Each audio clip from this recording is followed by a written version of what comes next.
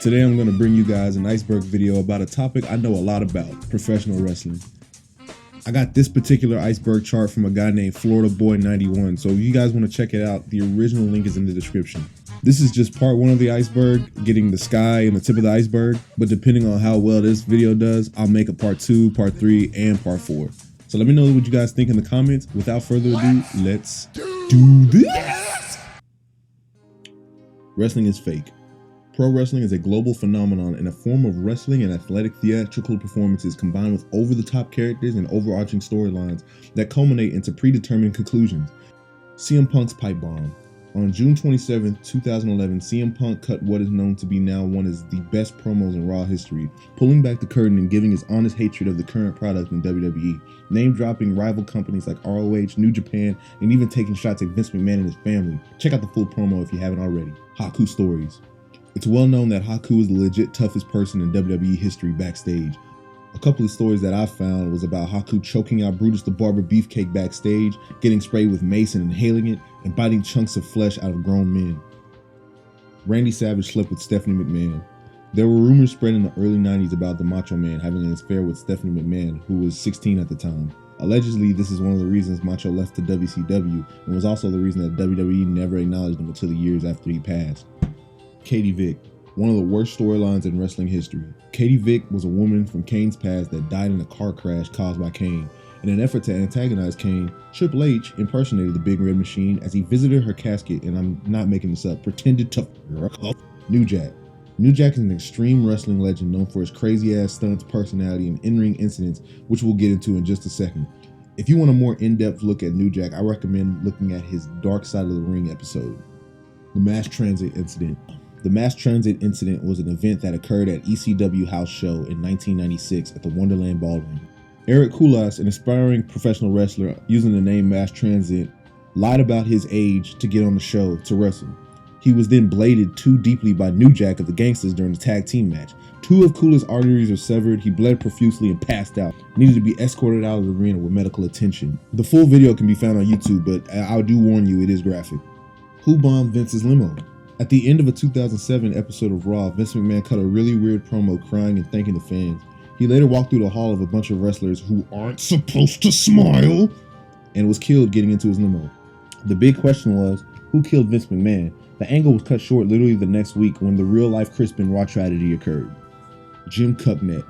This is referring to a speaking out allegation, as there were claims that Jim Cornette would recruit wrestlers to have sex with his wife. These statements were debunked by Cornette on his podcast. JBL bullying. This is in reference to reports of JBL being a bully backstage. This is what ultimately led up to Mauro Ranallo quitting his commentary duties. 2 Ultimate Warriors. After returning in the 90s after being fired, the Ultimate Warrior appeared in much smaller with more face paint covering his face.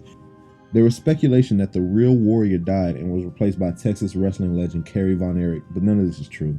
Vince Russo sabotaged WCW. This is a theory by Arn Anderson that Vince Russo, after being fired from the WWF, was sent to WCW, the rival company, in order to sabotage the product with his bad ideas. Even though WCW was a sinking ship anyway, there is no evidence to prove that this is true. Owen Hart's fall footage. It's said that the footage of Owen Hart's fatal fall exists on tape.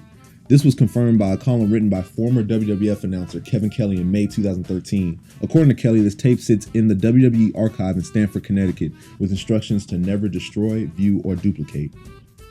The steroid scandal.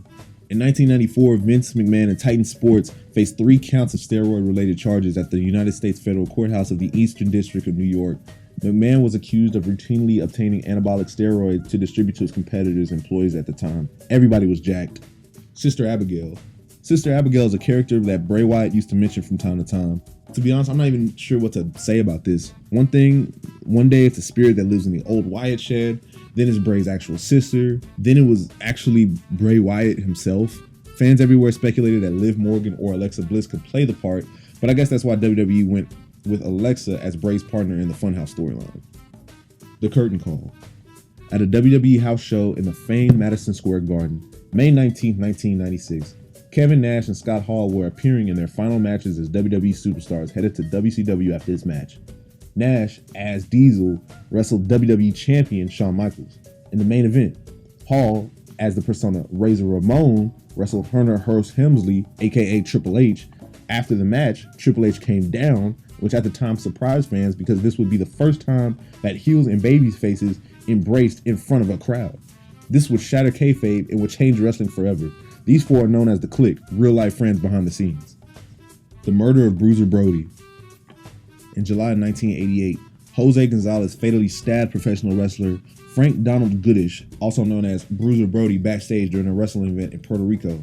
Gonzalez was acquitted of murder in 1989 after a jury accepted the fact that he was acted in self-defense. Lita's early training. The only thing I could find on this was that Lita traveled to Mexico in 1997 to learn how to wrestle after being inspired by Rey Mysterio and WCW. During her stay in Mexico, Lita trained under numerous wrestlers, including El Dandy, Kevin Quinn, and Ricky Santana. Brock Lesnar wasn't supposed to end the streak. There are a couple of stories on this one. Some stating that Mr. McMahon decided Brock should be the one to end the streak because he thought this was Taker's last WrestleMania. Some reporting that Undertaker thought it would be a good idea to shock the fans and put Lesnar over. If I can put my 2 cents in, the streak should have never ended.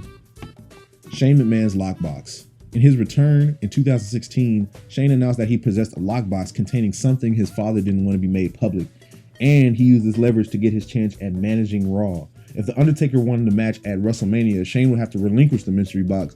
Of course, The Undertaker came out of WrestleMania 32 the victor, and Vince promptly announced that the lockbox had been dealt with. Nobody found out what Shane had in the box. I don't even remember this being a part of the storyline, but it don't really matter anyways. Just another unfinished story by WWE. Added to the list. Jagtinth. I don't know how to pronounce that. When Daniel Bryan won the belts at WrestleMania 30, he got down in the middle of the ring, got on his knees, did the yes chant with both belts in his hands, but somebody fucked up the shot and held up a sign that said Jagtinth. The Steve Austin briefcase mystery.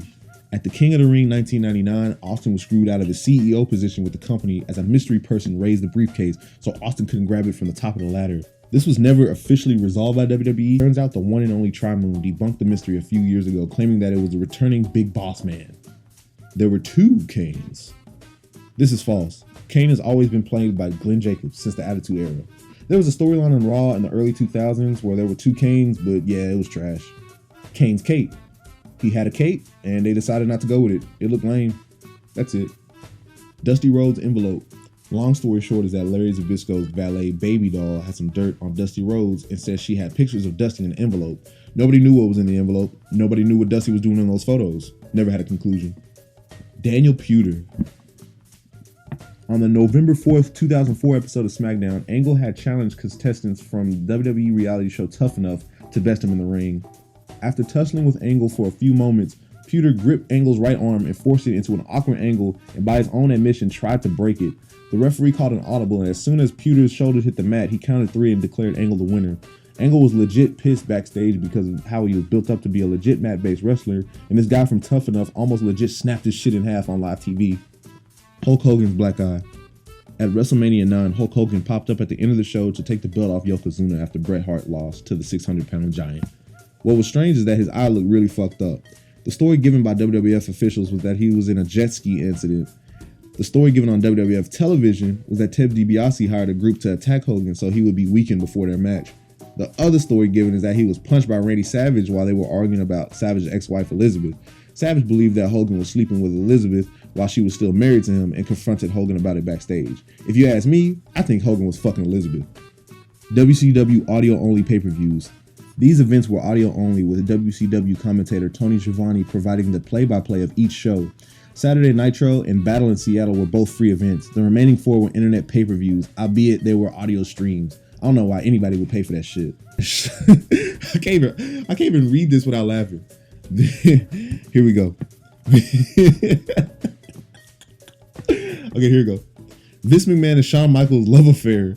Bret Hart once noted in an interview with Howard Stern that he suspected the reason Shawn got away with so much is that he and Vince McMahon had a homosexual relationship behind closed doors. This could be because Bret's salty about how he was treated by Vince and Shawn, but who knows? All right, and that does it for part 1, guys. Make sure you like, comment, and subscribe, the usual. And if you guys like this video, get these likes up.